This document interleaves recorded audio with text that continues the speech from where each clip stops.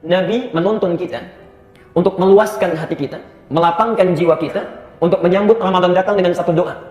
At-Tirmidzi, nomor hadis 3451. At-Tirmidzi, nomor hadis 3451. Saya bacakan satu tuntunan saja. Yang belum sempat mendapati doanya, belum mencatat, belum mengamalkan, maka ini peluang terakhir untuk saya catatkan. Mulai besok kita bacakan, karena ini sunnahnya tinggal 2 hari lagi, Selasa dengan Rabu. Ya. Anda perbanyak bacaannya, ya. Mintakan kepada Allah, mudah-mudahan dengan membaca itu Allah memberikan taufik kepada kita, bisa tarhib kita. Ya. Kita lihat. Sumbernya di At-Tirmidzi, nomor hadis 3451. Saya bacakan cepat, insya Allah kita sudah hafal, karena saya sampaikan di berbagai tempat. Allahumma ahillahu alaina bismillah bil yumni wal iman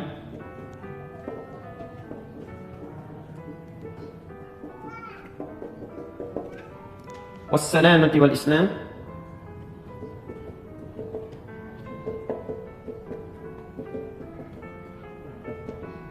Rabbi wa rabbukallah.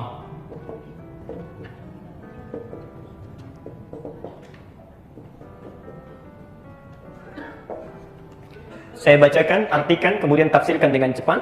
Yang sudah sempat menulis dulu, silahkan dicocokkan lagi tulisannya. Yang belum sempat tahu, maka sekarang terbuka peluang kita untuk berdoa dengan membacakan doa yang dimaksudkan. Ini tuntunan Nabi pada tarhib yang pertama. Ya. Ada banyak doa yang sampai kepada kita, bisa populer, riwayatnya juga bisa kuat.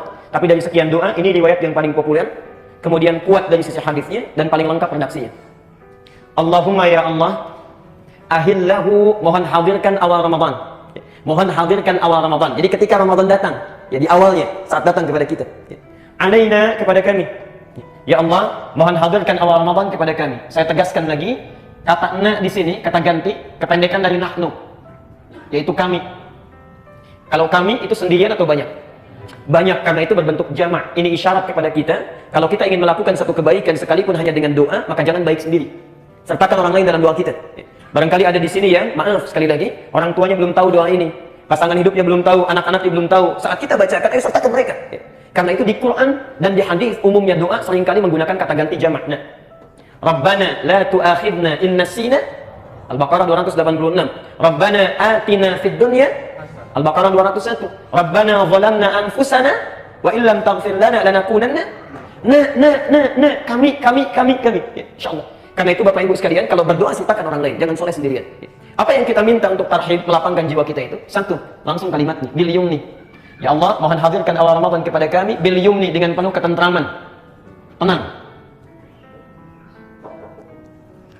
Seakan-akan ada isyarat orang datang menghadapi Ramadan hatinya tidak tenang, macam-macam. Barangkali Anda yang hadir malam ini juga, ya, wajahnya kelihatan tenang, tentram, tapi hatinya belum tentu. Mungkin memikirkan bagaimana saat Ramadan datang, di rumah motif ekonomi belum siap, ya. Cabenya naik, bawangnya naik, berasnya naik, macam-macam. Ya. Di pasar induk bawang sudah 22.000, di pasar 31.000, di Papua 44.000, ya. Sudah kita pikirkan. Ya, itu baru bawang, belum yang lain. Masya Allah, bisa. Ada orang yang nggak biasa puasa, ya. Hatinya nggak tenang. Ya Allah, kenapa kok cepat sekali? Padahal sudah 11 bulan lewat. Ya. Bisa nggak diundur? Masya Allah. Ya. Karena nggak biasa puasa. Ya. Karena itu bagi orang yang tidak pernah kedatangan Ramadan, maksudnya tidak serius dengan datangnya Ramadan, tahun lalu boleh tidak tenang, sekarang harus tenang. Mintakan kepada Allah. Wal iman, ini persoalan serius yang kedua. Dan dengan penuh kekuatan iman.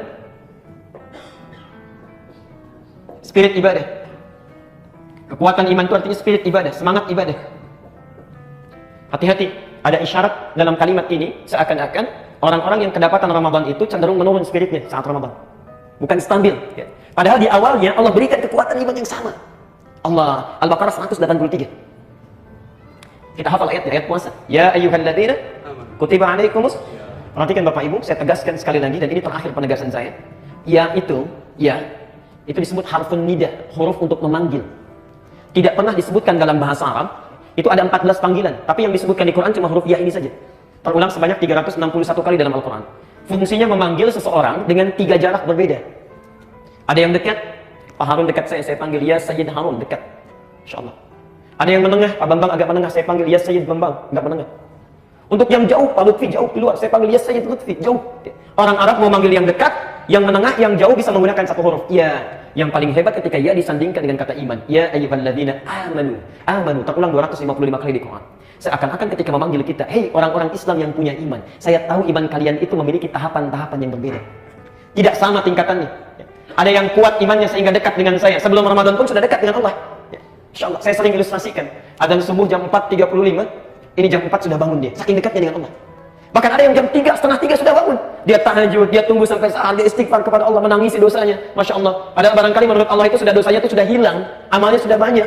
Imam At-Tirmidzi banyak meriwayatkan hadis. Saum, Masya Allah, bukan hanya Senin Kamisnya, Ayyamul Bidnya, saum Daudnya, hafal Quran, hadis banyak. Itu di akhir hidupnya sampai menangisi dirinya sampai buta matanya. Buta matanya karena takut ketika pulang kepada Allah bekalnya belum cukup. Anda di mana? Orang yang bekalnya sudah banyak luar biasa, hadisnya kita baca sampai hari ini, yang pahalanya mengalir bagi beliau itu di akhir hidupnya sampai menangis buta matanya karena takut kalau pulang masih bawa dosa. Ya, Masya Allah, sekelas At-Tirmidzi, kita ada di mana? Padahal kalau kita berdoa, cita-cita kita paling prestisius, surga Firdaus bersama Nabi. Masya Allah. Kita lihat, ada yang jaraknya menengah. Dipanggil adzan 4.35, bangun 4.35. Diajak ngaji, ayo ngaji. Enggak diajak, enggak.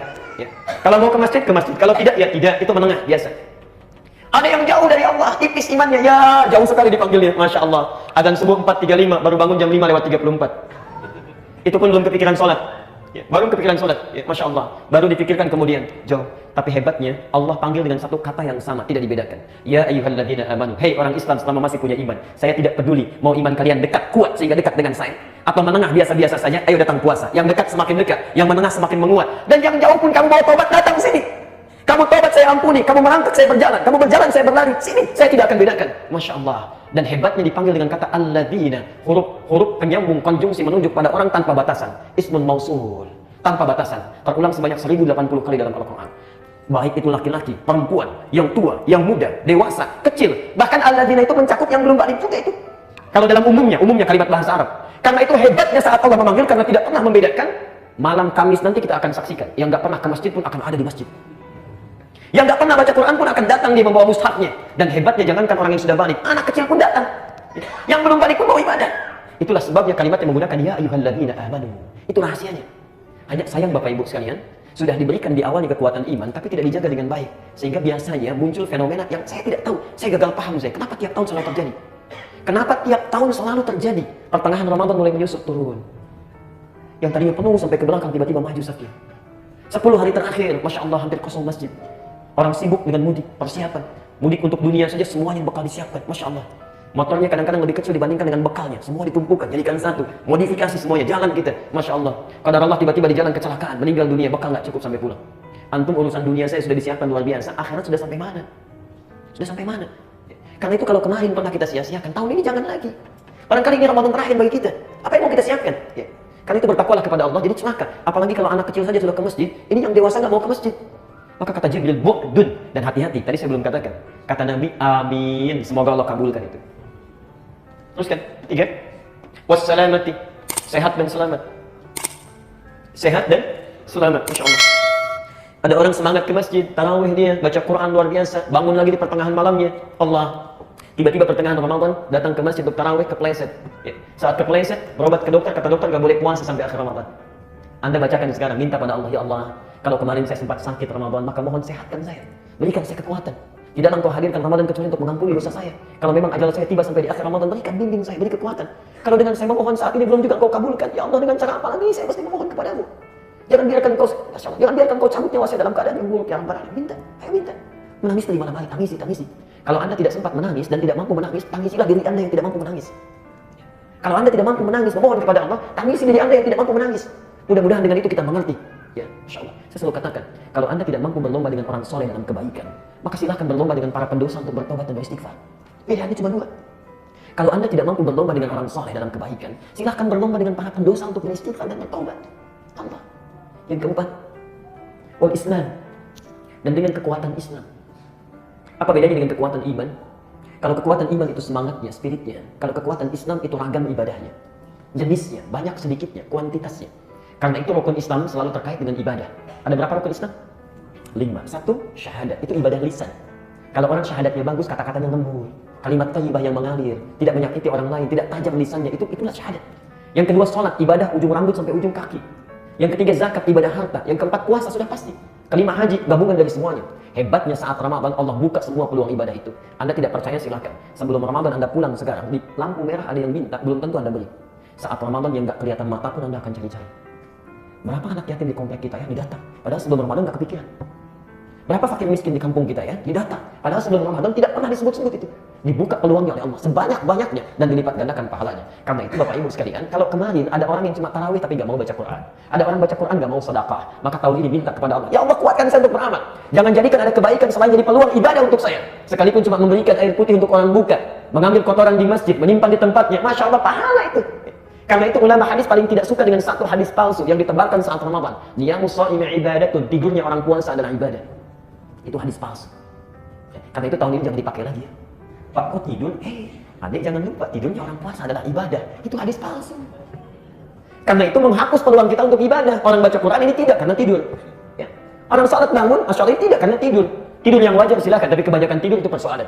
Tapi yang empat ini tidak akan punya makna kalau tidak ada yang kelima. Perhatikan, Nabi menegaskan, langsung menunjuk pada para sahabat, menghadap. Perhatikan kalimatnya. Rabbi, lakukan semua empat hal ini karena Tuhanku. Wa Rabbuka, dan Tuhanmu juga. Kenapa muncul kalimat yang kedua, wa Rabbuka? Ini untuk menepis, ya, mencegah dari sejak awal satu pemahaman kalau nabinya meninggal, Tuhannya bisa beda. Ya. Karena itu baik nabinya ada ataupun tiada, Tuhannya tetap sama. Allah, lakukan karena Allah. Maksudnya empat hal ini jaga betul ikhlas, lakukan karena Allah Subhanahu wa taala. Karena ada orang ibadah saat Ramadan motifnya macam-macam. Para imam yang ada di masjid hati-hati. Para juru dakwah. Kadang-kadang kita lupa. Saat kita sholat, orang-orang senang dipuji kita, lalu kita sholat berikutnya setan masuk pada diri kita. Ya, niatnya sudah berubah, bukan mengimami lagi supaya suara terdengar bagus oleh orang yang mendengar. Supaya kultum kita menarik bagi orang, orientasinya sudah naik. Allah, bertakwalah kepada Allah. Bu, Pak, mohon doakan kami ya. Mohon doakan supaya istiqamah menjaga keikhlasan. Karena orang pertama dihisab itu para ustaz, para ulama, para kiai. Itu yang pertama dihisab. Dan Abu Hurairah ketika menyampaikan hadis ini sampai pingsan 3 kali. Sampai pingsan 3 kali. Karena ada 3 golongan yang pertama dihisab, hampir kebanyakan masuk neraka, kecuali sedikit. Dan yang pertama kali adalah seorang alim, seorang yang punya ilmu. Ketika dihisab dia dipanggil oleh Allah. Madza bika, apa yang kau gunakan dengan ilmumu itu? Kata orang ini, laka untukmu ya Allah. Kata Allah, kadzdzab, bohong kamu itu. Jadi ada kadzibun, ada kadzdzabun. Kalau kadzib itu orang bohong biasa. Kalau kadzdzab betul-betul pendusta ini orang. Kadzdzab, bohong kamu. Sesungguhnya kamu mengajarkan ilmu itu karena ingin liyuqala alim, ingin disebut seorang alim, ingin populer, disebut hebat, ingin banyak jamaahnya, ingin luar biasa dikenalnya. Hati-hati. Hati-hati. Maka itu saya mohon tolong Bu, Pak, doakan. Ya, doakan kalau Bapak Ibu menemukan kekeliruan cepat ingatkan dan jangan fanatis. Nanti ketika keliru susah merubahnya. Ayo ingatkan, berikan kebaikan karena manusia itu tempat kesalahan. Ya. Terutama juga seorang ustaz, seorang alim pasti pernah salah. Jadi tolong ingatkan. Ya. Yang kedua, orang kaya yang dermawan saat di dunia, kelihatannya dermawan. Ditanya oleh Allah, dengan apa harta kau gunakan ini? Dia katakan karena Allah. Kata Allah, bohong. Kamu itu berderma supaya disebut orang yang dermawan. Dan yang terakhir, orang jihad yang nampaknya seperti orang hebat calon ahli surga, ternyata masuk neraka. Ketika dia berjihad, dia hanya ingin dikenal sebagai pahlawan.